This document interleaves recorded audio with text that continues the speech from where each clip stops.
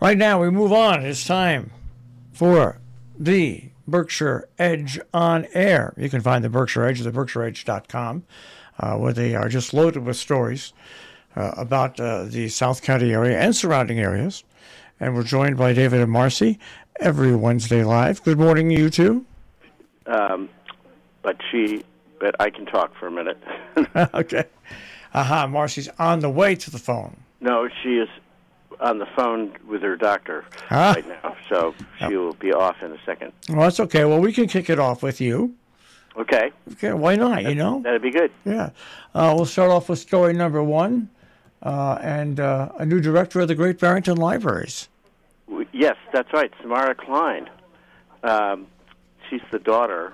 She's a young woman, a daughter of a friend of ours and a well-known writer, Dan Klein, who writes, who's an excellent writer, actually.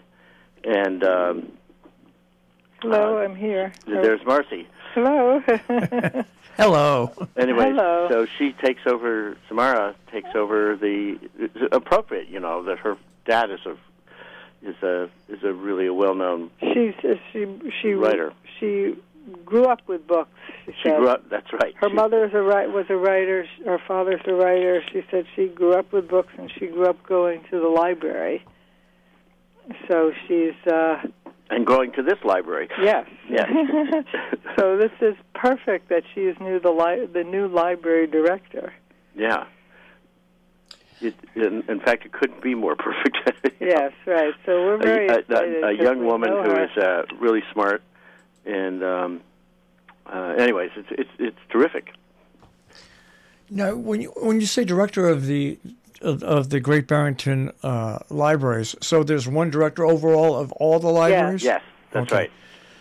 Well, there are two library buildings. Yes, there are two. One is in Great Barrington, which is downtown, the Mason Library, and then there is the Ramsdale Library in the village of the village of Housatonic. Housatonic being maintaining a kind of its independent status with its own library, which is quite a charming little neighborhood library. So we have plenty of libraries and plenty of books. And we love our libraries. We do. Well, I think when we look at our libraries around here, and this includes in Massachusetts, New York, and Connecticut, we're all very proud of the heritage of our libraries, and our libraries have maintained their importance with the help now of the internet, where they still remain a very important social hub of our communities. Yes, they do. Yes, they do. And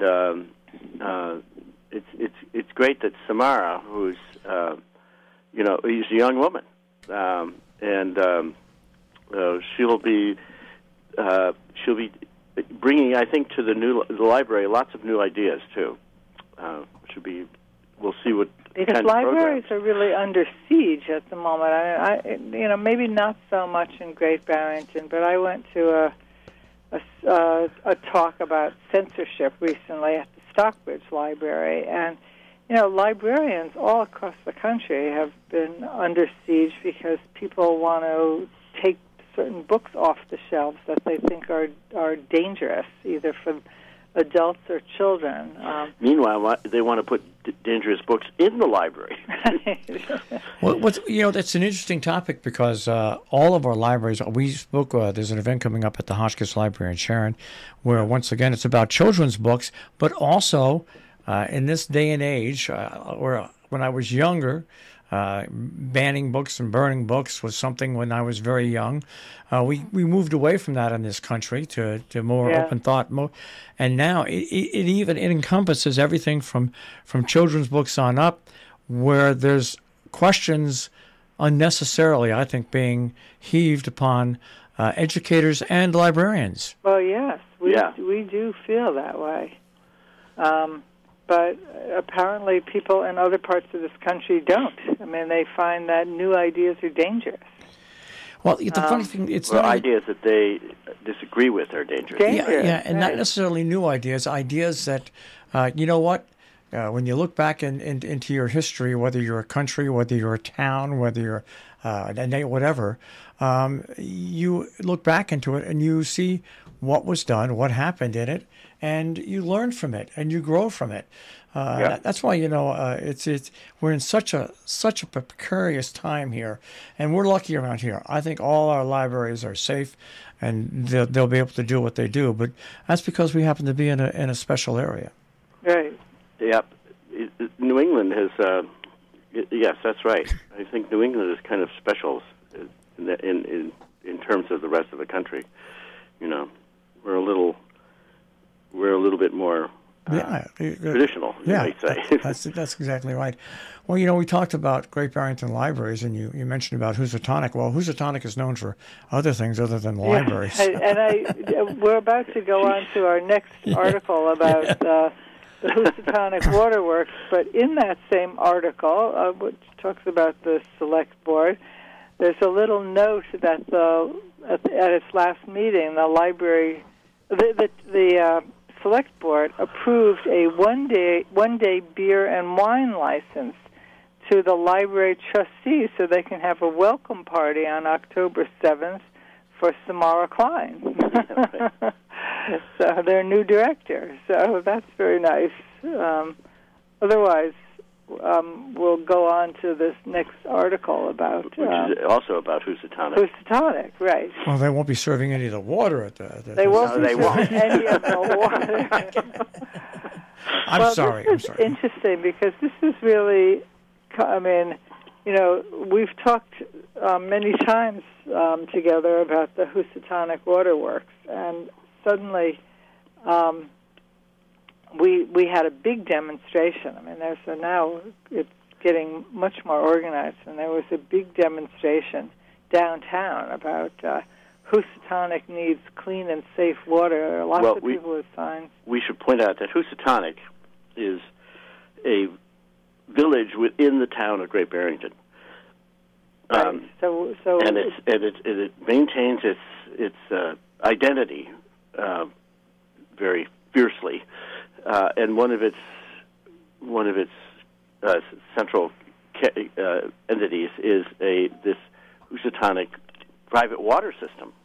Privately owned. Yeah. Privately owned, but it doesn't have the tax resources that the town's water system has, and so it struggles to maintain itself. And the water is foul. The water is foul. Right. You know, I was wondering how long it would take people to stand up and for people to stand up and say, you know what? Let's not pay water bills. And it won't be long before people start drilling wells and charging it back to the town. I'm serious. If I lived in that I'd be doing that. I think they're absolutely within their rights to protest loudly and protest whatever way they can. Yes. Well, they are. We have a picture finally. we have a picture on the top of the story with people demonstrating out in front of Town Hall. And one big banner reads, "Housatonic needs clean and safe water." You think you think in this day and age that there wouldn't have to be a demonstration such as this, but this is a remnant of an old system in which utilities like water systems and roads used to be privately owned.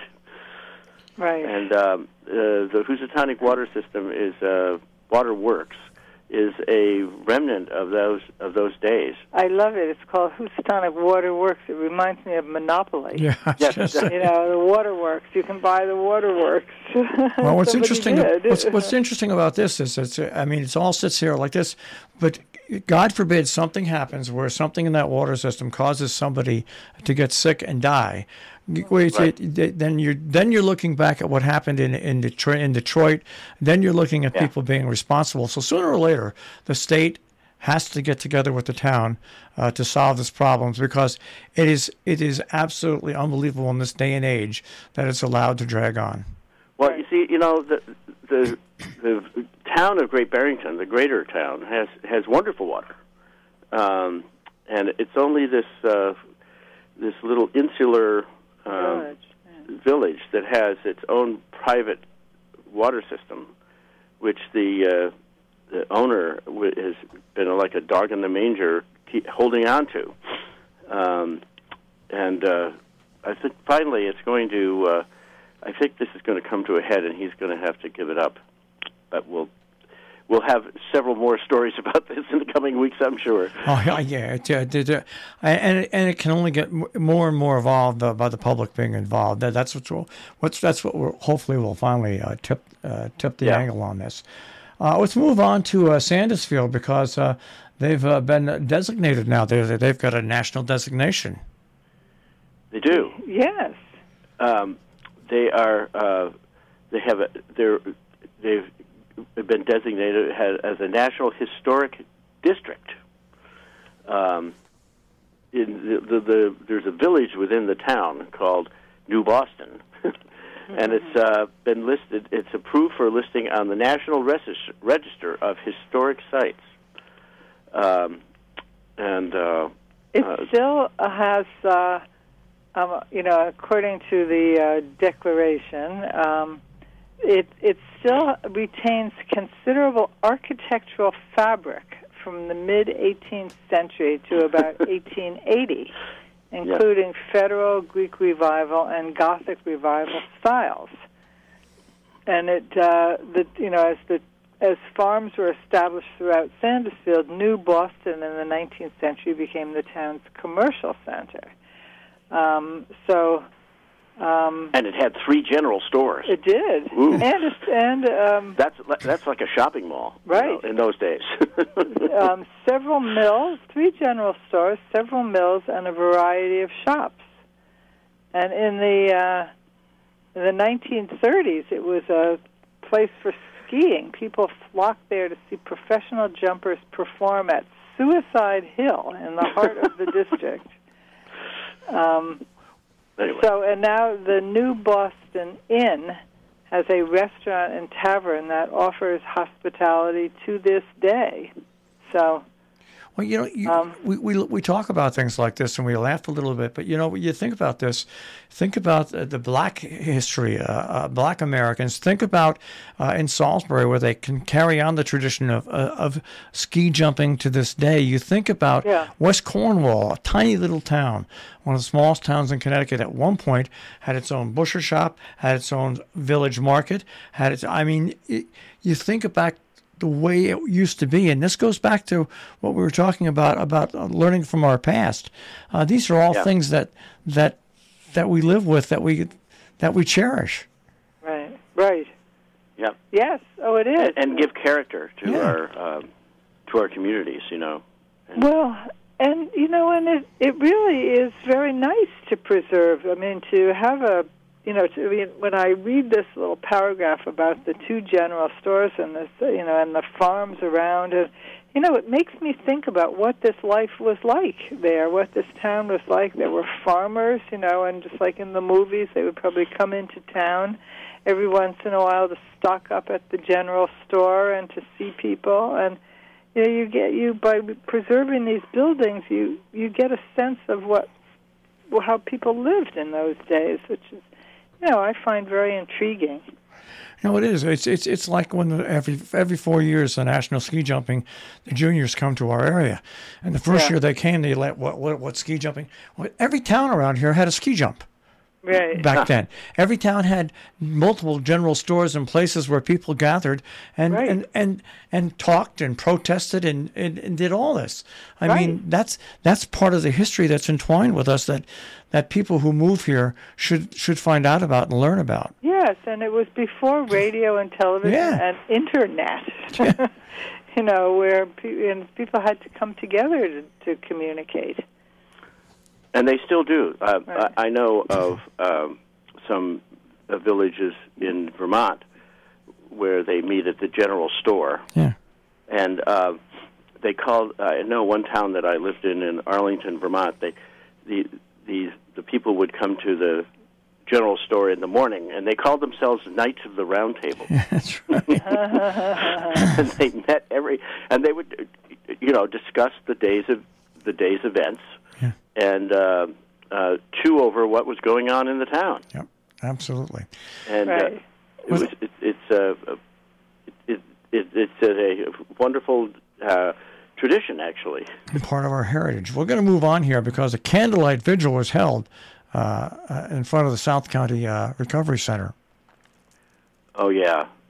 This is a candlelight vigil for South County Recovery Center to remember those who were lost to drug overdoses and to call attention to drug addiction, which is it was called the little ceremony was called Smash the Stigma, and it was sponsored by the South County Rural Recovery Center. But it was quite a moving ceremony, actually.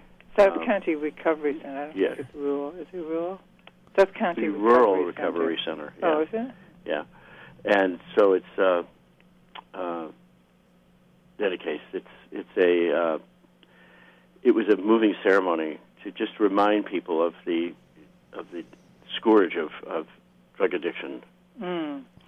You know, According to the director of this center, more than 374 people in Berkshire County have died due to overdoses since 2010. and those numbers are the same here in Northwest Connecticut. We're out in the middle of nowhere, and yet these numbers are, when you look at them, are staggering. Staggering. It is, you know, and you tend to forget that in this rural area that there is this menace of drug addiction and drug dealing and so on. That and many of it began with legal prescription. Well, that's the whole thing. Everything was heightened by oxycodone, and it went from there. But it's an amazing problem that is as ever present in our small communities as it is in the large communities. I want to move on to your next story because I think it's great. It involves with recognizing and learning about the indigenous people from our areas. Right. Oh yes, this is OLLI, which is Osher Lifelong Learning Institute, which is quite an interesting organization that holds these seminars. And this one. It offers courses. Yes. All over the county on interesting subjects. It's mostly for people who, retired people or older people, but not necessarily. Anybody can go. It's lifelong learning. So, right.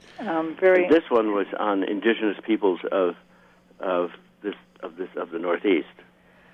Now, I also want to point out, David doesn't know about this yet because I've been dealing with them for advertising, but there's another organization, the name of which I do not remember at the moment, but they're going to have an important an event on Columbus Day weekend, which they're no longer calling Columbus Day, of course. They're calling Indigenous Peoples Day. So on Sunday, Sunday of that weekend, I think it's October 10th or something like that, October 9th, there will be a big event with Native Americans at the Mahiwi, and then there will also be on the 11th. There will also be another gathering to honor the Native Americans in this area. So I wish that I had more. Let me just see. It's called. The organization is called the Alliance for a Viable Future, but they are doing, as I said, they're really celebrating Indigenous Peoples Day. All right. We only have about 2 minutes. Saturday, October 10th. Saturday, October 8th, honoring Native America, will be at the Mahiwi. And then there will be a walk on Monday, October 10th, a ceremonial walk down Main Street for Indigenous Peoples Day. All right. We only have about a minute left. I want to get on to Carol Owen's story because this is, once again, hot button topic. Oh, residential tax exemption. This is a hot button topic with in this area because of so many people who have second homes. Right. And so Carol writes. Carol Owens, one of our columnists, has written a kind of explanation of what is called the residential tax exemption, and it is the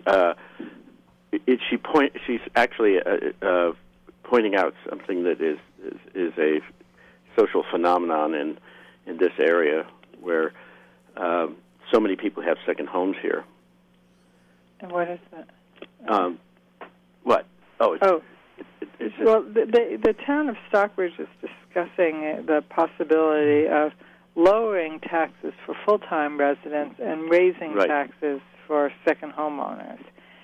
And the town is really split on it, especially since Stockbridge has 60% second homeowners. I mean, 60% of the property in Stockbridge is owned by second homeowners, and who feel very much a part of the community because they've been coming up for years and years. They're not necessarily newcomers, and so this is a very unpleasant subject. Carol, who is in favor of this residential tax exemption, is still asking, for civility in the discussion when she's.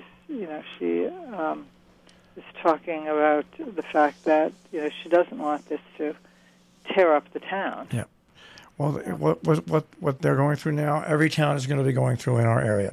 Yeah, that's true. This is the canary in the coal mine, and it's already started in Armenia, and it will find its way into every town, simply because that's the way life is now in our area. That's the way life is. Guess what? We're out of time, guys. Oh my gosh. Okay. Well, that shows you. We just covered a few of the stories you'll find at the BerkshireEdge.com. Yes, so we could go on and on. That's exactly right. But you'll find them, of course, on the web at the BerkshireEdge.com. Guys, we will speak to you next week. Okay, Marshall. Bye. Take care. Bye-bye. The BerkshireEdge.com is where you'll find them on the Internet.